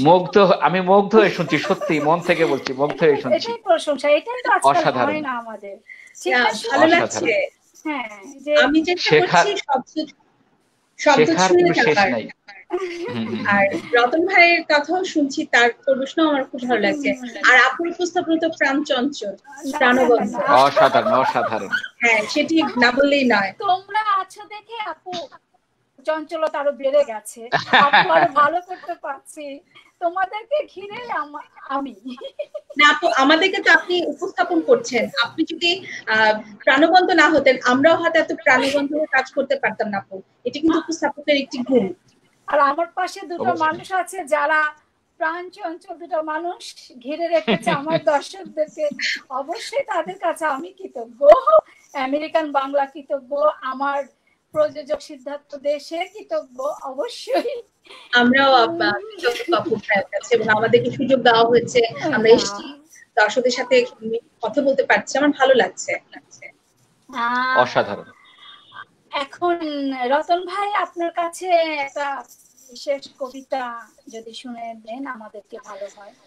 আপু যখন বিদ্রোহের দিকে চলে গিয়েছে, মানে কবিতার না, বিদ্রোহ আসলে আমি আমি দেখেছি কি বাংলাদেশ জুড়ে এখন কেমন একটা বিদ্রোহ বিদ্রোহ ভাব হচ্ছে, বা হয়তো আমাদের সময়ের দাবি, যেটা সময়ের দাবি, হয়তো সময়টাই এরকম চলছে, ওই কারণে আমি থাকবে না, বলছি। আশা করছি থাকবে না। আশা করি থাকবে না। এ আধার মেঘে ঢাকা রবে না, আলোয় আলোয় ভরে উঠবে একদিন। একটা এ সময়ের নদী দাবি গতিহীন রবে না, এখন হয়তো রবে গতিহীন না। হয়ে আছে। তো একদিন এই পৃথিবীটা আলোকিত হবে, ভালো মানুষগুলো আবার চলে আসবে, যারা আজকে খারাপ ছিল সেটাই বদলে যাবে। একটা, হ্যাঁ, একটা সময় দাবি নিয়ে একটা কবিতা আমরা শুনতে চাচ্ছি, যে এখনকার সময়। আমি ফররুখ আহমদের পাঞ্জেরি কবিতাটি, এটা সব মানে আমি ছোটবেলায়, এটা কি করতে পারি? হ্যাঁ অবশ্যই। হ্যাঁ, আচ্ছা। কবিতার নাম পাঞ্জেরিটা, এটা আমার একটা প্রিয় কবিতা ছিল। আমরাও পড়েছি ছোটবেলায়। হ্যাঁ, ছোটবেলা পড়েছিলাম এটি। রাত পোহাবার কত দেরি পাঞ্জেরি, এখনো তোমার আসমান ভরা মেঘে, সেতারা হেলাল এখনো ওঠেনি জেগে। তুমি মাস্তুলে, আমি তার টানি ভুলে, অসীম কুয়াশা জাগে শূন্যতা ঘেরি, রাত পোহাবার কত দেরি পাঞ্জেরি। দীঘল রাতের শ্রান্ত সফর শেষে কোন দরিয়ার কালো দিগন্তে আমরা পড়েছি এসে। একই ঘন সিয়া জিন্দেগানির বাব তোলে মরসিয়া, ব্যথিত দিলের তুফান শ্রান্ত খাব। অস্ফুট হয়ে ক্রমে ডুবে যায় জীবনের জয় ভেরি। তুমি মাস্তুলে, আমি তাঁর টানি ভুলে। সম্মুখে শুধু অসীম কুয়াশা ঘেরি, রাত পোহাবার কত দেরি পাঞ্জেরি। বন্দরে বসে যাত্রীরা দিন গণে, বুঝি মৌসুমি হাওয়ায় মোদের জাহাজের ধ্বনি শোনে। বুঝি কুয়াশায় জোছনা মায়ায় জাহাজের পাল দেখে, আহা পেরেশান মুসাফির দল দরিয়া কিনারে জঙ্গে তকদিরে নিরাশার ছবি এঁকে। পথহারা এই দরিয়া সোতায় ঘুরে চলেছে কোথায়, কোন সীমাহীন দূরে। তুমি মাস্তুলে, আমি তার টানি ভুলে। সম্মুখে শুধু অসীম কুয়াশা ঘেরি, রাত পোহাবার কত দেরি পাঞ্জেরি। শুধু গাফলতে, শুধু খেয়ালের ভুলে, দরিয়া অথই ভ্রান্তি নিয়াছি তুলে। আমাদেরই ভুলে পানির কিনারে মুসাফির দল বসি, দেখেছে সভয়ে অস্ত গিয়াছে তাদের সেতারা শশী। মোদের খেলায় ধোলায় লোটায় পড়ি, কেটেছে তাদের দুর্ভাগ্যের বিস্বাদ সর্বরি। সৌদাগরের দল মাঝে মোরা উঠাইছি আহাজারি, ঘরে ঘরে উঠে ক্রন্দন ধ্বনি আওয়াজ শুনছি তারি। ও কি বাতাসের হাহাকার, ও কি রোনাজারি ক্ষুদিতের, ও কি দরিয়ার গর্জন, ও কি বেদনা মজলুমের। ও কি কথা তোর পাঁজরায় বাজে মৃত্যুর জয় ভেরি পাঞ্জেরি। জাগো বন্দরে কৈফিয়তের তীব্র ভুকটি হেরি, জাগো অগণন ক্ষুধিত মুখের নীরব ভ্রুকটি হেরি। দেখো, চেয়ে দেখো, সূর্য ওঠার কত দেরি, রাত পোহাবার কত দেরি পাঞ্জেরি। রাত পোহাবার কত দেরি পাঞ্জেরি, রাত পোহাবার কত দেরি পাঞ্জেরি। ধন্যবাদ আপু। খুব সুন্দর, মানে সত্যি অসাধারণ আবৃত্তি করেছেন, অসাধারণ। উম, কি বলবো, নিশ্চয়ই আমার দর্শকদের অনেক ভালো লেগেছে। রতন ভাই, আমরা অনুষ্ঠানের শেষ পর্যায়ে এসেছি, আমি পরে সুমির কাছে যাব। আপনি আমাদের আমেরিকান বাংলাতে কিছু বলার বা কৃতিকাকে কিছু বলে আপনি শেষ করতে পারেন আপনার অনুষ্ঠান। কৃতিকাকে আমি অন্তরে অন্তর থেকে আন্তরিকভাবে ধন্যবাদ জানাচ্ছি। আমেরিকা বাংলা এই টেলিভিশন চ্যানেলকেও আমি আন্তরিক ধন্যবাদ জানাচ্ছি। আমার মতো ছোট্ট নগণ্য একজন মানুষকে আজকে এত বিশাল এক জায়গায়, যে হাজার হাজার দর্শকের সামনে অনেক মানুষ যেখানে দেখতে পাচ্ছে আমাকে, আমাকে সুযোগ করে দিয়েছেন। এই জন্য আমি আন্তরিকভাবে তাদেরকে ধন্যবাদ জানাচ্ছি। আর দর্শকদের কাছে অবশ্যই মানে ক্ষমা চেয়ে নিচ্ছি, ভুল তো হতেই পারে, স্বাভাবিক। আমি চেষ্টা করেছি। তো আপুর উপস্থাপনা এবং যারা নেপথ্যে যারা আছেন, যারা কাজ করছেন, তাদেরকে অনেক ধন্যবাদ জানাচ্ছি। আমি বলবো যে আমাদের এই দেশ বাংলাদেশ 1971 সালে এক রক্তক্ষয়ী যুদ্ধের মাধ্যমে স্বাধীন করেছি। বর্তমান যে পরিস্থিতি, একদিকে করোনা, আরেকদিকে বারবার যে বিষয়গুলি ছুঁয়ে যাচ্ছে, মানুষের মনে কষ্ট দিচ্ছে, মাদেরকে কষ্ট দিচ্ছে, বোনদেরকে কষ্ট দিচ্ছে, সেখান থেকে ফিরে আসতে বলছি। ঘৃণ্যতম কাজগুলি থেকে আমরা যেন দূরে চলে আসি। সেটা যে দেশের যে কোনো স্থানে হোক, বিদেশে হোক, যেখানেই হোক না কেন, আমরা এই অসুচিকর মানে নগ্ন যে কাজগুলি আমাদের চোখে ভালো লাগে না, সেই কাজগুলি যেন আমরা আর না দেখি। আমি দর্শকদের কাছে এই আহ্বান জানাবো। এবং আমি আবারও বলবো, আমার একটা কবিতা ছিল বিদ্রোহী, সেটা পড়ার সুযোগ আমি শেষের দিকে রেখেছিলাম, তো আমি কয়েকটা লাইন পড়ে আমি শেষ করছি। তো আমি মনে করি নজরুলের মতো জাগতে হবে আমাদেরকে, এবং সেভাবেই মাথা উঁচু করে বাংলাদেশের মানুষ যেন আবার দাঁড়িয়ে থাকতে, এই যে করোনাকালীন সময়ের পরে যেন মানুষ সবাই দাঁড়িয়ে যায়, আবার যেন তারা তাদের কর্মযজ্ঞে ফিরে যায়, আমরা সংস্কৃতি কর্মীরা আবার যেন মাঠে বেরিয়ে পড়ি, সকল মানুষের হৃদয়ের মধ্যে যেন চলে যেতে পারি, আমাদের শিল্প ছড়িয়ে যাক, সাহিত্য ছড়িয়ে যাক, আমাদের আবৃত্তি কবিতা ছড়িয়ে যাক সবার মনে। সেই আহ্বান রেখে আমি বিদ্রোহী কবি কাজী নজরুল ইসলামের কয়েকটি লাইন পড়ে আমি শেষ করে দিচ্ছি আমার কথা। তার আগে সবার কাছেই আন্তরিকভাবে, বিশেষ করে আমেরিকান বাংলার যারা নেপথ্যে ছিলেন, যারা সামনে ছিলেন, আপু, সুমি আপু, সবাইকে অসংখ্য ধন্যবাদ জানাচ্ছি। দর্শক শ্রোতা মন্ডলী আমাদের প্রাণ, আমাদের যারা কমেন্টস করেছেন, অনেক সুন্দর সুন্দর লেখা লিখেছেন, আমরা হয়তো উত্তর দিতে পারছি না এই থাকার কারণে। তো আমি ধন্যবাদ জানাচ্ছি সবাইকে। আমি শেষ করে দিচ্ছি আমার বিদ্রোহী কবিতাটি কিছুটা অংশ করি। বলবীর বল উন্নত মম শির, শির নেহারে আমারি নত শির, ওই শিখর হিমাদ্রির, বলবীর বল উন্নত মম শির। আমি চিরদুর্দম দুর্বিনীত নৃশংস, মহাপ্রলয়ের আমি নটরাজ, আমি সাইক্লোন, আমি ধ্বংস, আমি মহাভয়, আমি অভিশাপ পৃথ্বীর, আমি দুর্বার, আমি ভেঙে করি সব চুরমার, আমি অনিয়ম শৃঙ্খল, আমি দলে যাই যত বন্ধন, যত নিয়ম কানুন শৃঙ্খল, আমি মানি না কোনো আইন, আমি ভরা তরি করি ভরা ডুবি, আমি টর্পেডো, আমি ভীম ভাসমান মাইন, আমি ধূর্চেটি আনিয়ে লোকে সে ঝড় কাল বৈশাখীর, বল পীর চির উন্নত মম শির। আমি পরশুরামের কঠোর কোঠার, নিক্ষত্রিয় করিব বিশ্ব, আনিব শান্তি শান্ত উদার, আমি হল বলরাম স্কন্ধে, আমি উপাড়ি ফেলিব অধীন বিশ্বে, অবহেলে নব সৃষ্টির মহানন্দে, মহাবিদ্রোহী রণক্লান্ত, আমি সেই দিন হব শান্ত, যবে উৎপীড়িতের ক্রন্দন রোল আকাশে বাতাসে ধ্বনিবে না, অত্যাচারীর খড়গ কৃপানো ভীম রণভূমে রনিবে না, বিদ্রোহী রণক্লান্ত, আমি সেই দিন হব শান্ত, আমি বিদ্রোহী ভিগু ভগবান বুকে এঁকে দেবপদ চিহ্ন, আমি স্রষ্টা শোধন শোক তাপ হানা, খেয়ালি বিধির পক্ষ করিব ভিন্ন, আমি চির বিদ্রোহী বীর বিশ্ব ছাড়ায়ে উঠে আছি একা, চির উন্নত শির বল বীর, চির উন্নত মম শির বল বীর, চির উন্নত মম শির। ধন্যবাদ সবাই। ধন্যবাদ ধন্যবাদ।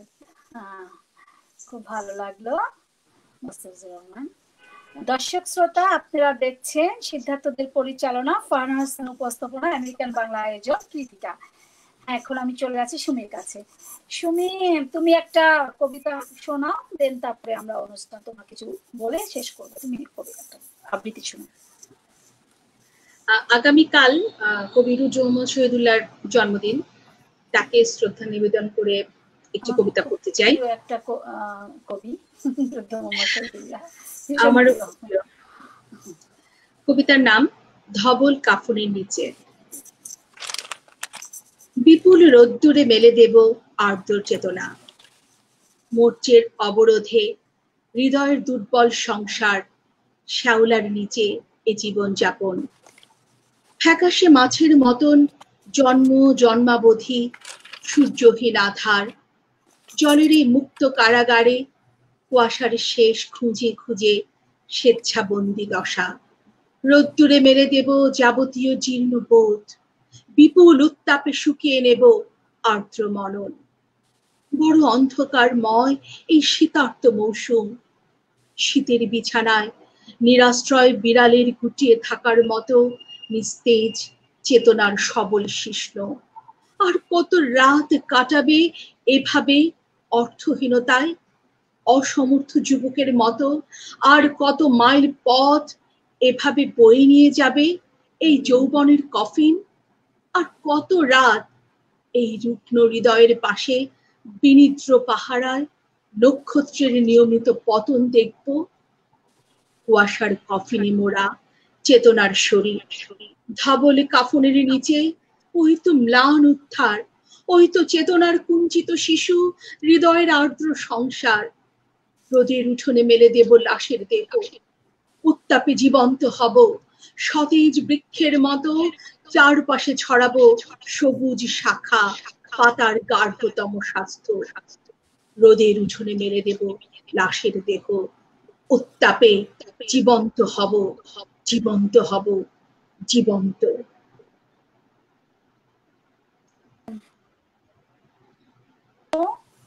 সুমি, তুমি অনেক এখন সুন্দর, অনেক সুন্দর হয়েছে। দর্শকদের উদ্দেশ্যে তুমি কিছু বলো যে আমরা অনুষ্ঠানের শেষ পর্যায়ে চলে এসেছি। আমেরিকান বাংলাকে এবং কৃতিকার উদ্দেশ্যে যদি কিছু বলতে চাও তুমি বলতে পারো, এবং আমার দর্শকদের উদ্দেশ্যে। আমেরিকা বাংলা এই এই আয়োজনটি যে করেছেন, বিদেশের মাটিতে বাংলাদেশকে তুলে ধরছেন, এটি একটি আমাদের জন্য গর্বের। আমি একজন বাঙালি হিসেবে আমি গর্ববোধ করছি, এবং এরকম একটি অনুষ্ঠানে, কৃতিকার আয়োজনে এবং এই প্রোগ্রামটিতে যেহেতু আমি যুক্ত হতে পেরেছি, আমি নিজেকে খুব সৌভাগ্যবান মনে করছি। ফারিয়া আপুর কাছে কৃতজ্ঞতা, সিদ্ধার্থ দা এবং পিছনে যারা কাজ করছেন সবার প্রতি কৃতজ্ঞতা। আর রতন ভাইকে ভালো লাগলো, আমার খুব নতুন পরিচয় হলো রতন ভাইয়ের সাথে, আগে আমার পরিচয় ছিল না এই অনুষ্ঠানের সুবাদে। ভালো লাগবে, এই যোগাযোগটি আরো দীর্ঘ হবে। আর দর্শকদের কথা না বললে নয়, তারা আমাদের সাথে আছেন, আমাদেরকে উৎসাহ দিয়েছেন, কৃতজ্ঞতা অবশ্যই তাদের প্রতিও। আমি আরেকটি কবিতার কিছুটা লাইন পড়ে আমার আরো কিছু কথা আমার বলবার ছিল, সেটি বলতে চাই। এই কবিতাটি নাম হচ্ছে কিছু ক্রোধ, কবি নাসিমা সুলতানার লেখা একটি কবিতা। ছোট একটি কবিতা, কিন্তু খুব গভীর। একদিন ময়ূর সিংহাসন আমাদের ছিল ভেবে, কিছু ক্রোধ হোক এইবার, একটা মারাত্মক কিছু ঘটুক এইবার। প্রতিদিন আত্মহত্যা এসে টোকা দেবে দরজায়, এমন হয় না। প্রতিদিন প্রাচীন মুখোশ, পরচুলা আর বেলফুল নিয়ে কেটে যাবে গন্ধময় বিকেল, এমন হয় না।